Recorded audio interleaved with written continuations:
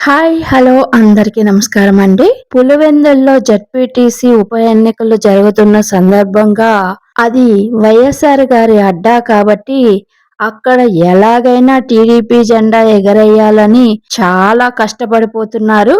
అందులో భాగంగా పచ్చ మీడియా ఛానల్స్ ఎలా మాట్లాడుతున్నాయో చూస్తున్నాము. అలా మాట్లాడిన వాళ్ళలో ఒకరైన మహాసేన మీడియాకి సంబంధించిన మహాసేన రాజేష్ గారు ఒకరు. అంతేకాదు ఈయన తెలుగుదేశ రాష్ట్ర అధికార ప్రతినిధి గారు కూడా అంట. ఈయన మాట్లాడుతూ పులివెందుల్లో అటండి జడ్పీటీసీ ఎన్నికలలో టీడీపీ అక్రమాలు అరాచకాలు చేసి గెలిచిపోవాలని చూస్తుంది అంటున్నారు. అందులో అబద్ధమేముంది రాజేష్ గారు? అది నిజమే కదా. పులివెందుల్లో ఎలాగైనా టీడీపీ జెండాని ఎగరేయాలనేసనని చెప్పి జగన్మోహన్ రెడ్డి పని పులివెందుల్లో అయిపోయింది తమ్ముళ్ళు అని చెప్పుకునేదానికి టీడీపీ అక్కడ ఎమ్మెల్సీ మీద, అక్కడ నిలబడ్డ జడ్పీటీసీ క్యాండిడేట్ మీద, అలాగే అక్కడ కార్యకర్తల మీద, ప్రజానాయకుల మీద దౌర్జన్యాలు, అలాగే వాళ్ళని కొట్టించడాలు, వాళ్ళని చంపడానికి ట్రై చేయడాలు, అలాగే వాళ్ళ వెహికల్స్ ని నాశనం చేయడాలు, వీటిని దాడులు అన్నరా? ఇవి అక్రమాలు అన్నారా రాజేష్ గారు? మీరే చెప్పాలి మరి. ఇంకొక విషయం రాజేష్ గారు, వాళ్ళ కంగారులో నా కమండలం అనేసి అన్నారు. అలా వైఎస్ఆర్సీపీ కంగారు పడే పని అయితే ఆ దౌర్జన్యాలు అక్రమాలు వైఎస్ఆర్సీపీ చేసేది గాని టీడీపీ ఎందుకు చేస్తుంది రాజేష్ గారు? టీడీపీకి అంత నమ్మకం, అంత బలం అక్కడ ఉంటే ఈ అక్రమాలు ఎందుకు చేస్తుందో కూడా మీరే చెప్పాలి మరి. అలా అక్రమాలు చేసే వాళ్ళ కక్కుర్తిలో మీ కమండలం అనుకోండి రాజేష్ గారు, బాగుంటుంది. ఓకేనా? ఇంకొకటి రాజేష్ గారు, పులివెందుల్లో ఎలాగైనా గెలిచేయాలని వైఎస్ఆర్సీపీ స్కెచ్లు ప్లాన్లు వేశారన్నారు. వైఎస్ఆర్సీపీకి అంత కర్మ పట్టలేదండి. ప్లాన్లు స్కెచ్లు వేసుకొని ఎలక్షన్కి వెళ్లాల్సిన అవసరం లేదు. మీరు గుర్తు పెట్టుకోండి.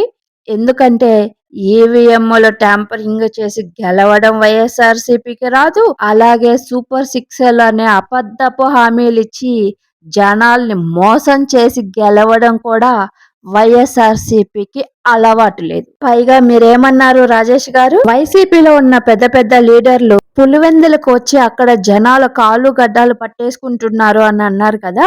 నిజమే రాజేష్ గారు. మా వైఎస్ఆర్సీపీ పెద్ద పెద్ద లీడర్స్ అక్కడ ఉన్న జనాలు కాళ్ళు గడ్డాలు మాత్రమే పట్టుకొని అడుకుంటున్నారు. మీ టీడీపీ నాయకుల్లాగా అక్రమాలు, అన్యాయాలు, దౌర్జన్యాలు వాళ్ళ పీకలు పట్టుకొని అయితే ఓట్లే వేయించుకొని గెలవాలనుకోవట్లేదు కదా రాజేష్ గారు. ఈ విషయానికి వైఎస్ఆర్సీపీని చూసి మీరు సంతోషపడాలి, మీ టీడీపీని చూసి సిగ్గుపడాలి కూడా. అర్రరరే, మర్చిపోయాను రాజేష్ గారు. ఇదంతా దేనికోసం అనుకుంటున్నారు? పిఠాపురంలో కానీ, మంగళగిరిలో కానీ, కుప్పంలో కానీ గెలవడం కోసం కాదు మీ టీడీపీ చేస్తుంది. వైఎస్ఆర్సీపీ అడ్డా అయిన పులివెందుల గడ్డ మీద మీ టీడీపీ జెండా పాతడానికి. అర్థమైందా రాజేష్ గారు? అది కాదు రాజేష్ గారు, నాకు ఒక డౌటు. సొంత నియోజకవర్గంలో గెలవటానికి ఇలా తిరిగి జనాల్ని ఓట్లాడుకుంటున్నారు.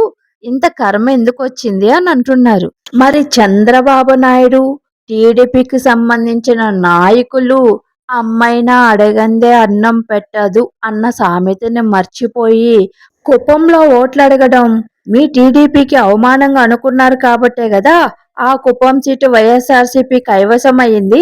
ఈ చిన్న లాజిక్ ని ఎలా మర్చిపోయారు మీరు? ఒకవేళ మీరన్నట్టు రాజేష్ గారు సొంత ఊర్లోనే జడ్పీటీసీ జగన్మోహన్ రెడ్డి గెలుచుకోకపోతే నీళ్లు లేని బావిలో దూకాలి జగన్మోహన్ రెడ్డి అన్నారు కదా.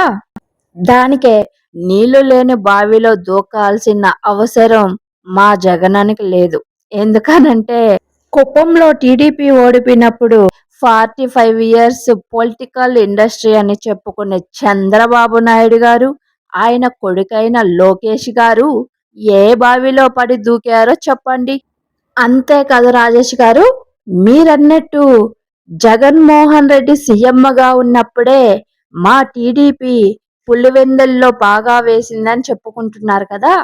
ఆ గొప్పతనం మీది కాదండి, మా వైఎస్ఆర్సీపీది, మా జగన్ అన్నది. ఎందుకనంటే సీఎంగా జగన్మోహన్ రెడ్డి ఉన్నప్పుడు కూడా సరే మీరు అక్కడ బాగా వేయగలిగినారంటే దానికి కారణం మా వైఎస్ఆర్సీపీకి సంబంధించిన లీడర్స్ కానీ మా జగనన్నకి కానీ మీలాగా దౌర్జన్యాలు అక్రమాలు చేసి అక్కడ ఉన్న ఓటర్ని భయపెట్టి గెలవడం చేత కాదు కాబట్టే మీరు గెలవగలిగారన్న విషయాన్ని కూడా గుర్తు పెట్టుకోండి రాజేష్ గారు. ఎందుకంటే పులివెందుల్లో కూడా ఓడిపోయామంటే జగన్మోహన్ రెడ్డి గారి మీద ఇప్పటికే మొత్తం పోయింది. కామన్ మ్యాన్ అంతా జగన్మోహన్ రెడ్డి గారిని వదిలేశారు. అవునా, నిజమా రాజేష్ గారు? అందుకేనా మా వైఎస్ఆర్సీపీని మా జగనన్నని కామన్ పీపుల్ నమ్మకుండా ఉండడం వల్లనేనా మా జగనన్న ఏపీలో ఎక్కడ బయలుదేరినా జనాలు కుప్పలు తెప్పలుగా వచ్చేస్తారు. వాళ్ళని కంట్రోల్ చేయడానికి మీ హోమ్ మినిస్టర్ అయిన అనిత గారు అల్లల్లాడిపోతారు. అర్రే, మాకు తెలియదండి రాజేష్ గారు ఈ విషయము. మీరు చెప్తున్నారు కదా, నిజమై ఉంటుందిలేండి. Thank you all. ఈ వీడియో మీకు నచ్చినట్లయితే నా ఛానల్ని సబ్స్క్రైబ్ చేసుకొని ఒక్క లైక్ అయితే కొట్టండి ప్లీజ్. అలాగే అందరూ చూస్తున్నారు కానీ ఛానల్ని సబ్స్క్రైబ్ చేసుకోవట్లేదు. ప్లీజ్ దయచేసి ఛానల్ని సబ్స్క్రైబ్ చేసుకోండి. ఎందుకనంటే ఇది నాకు ఒక బూస్ట్ లెక్క.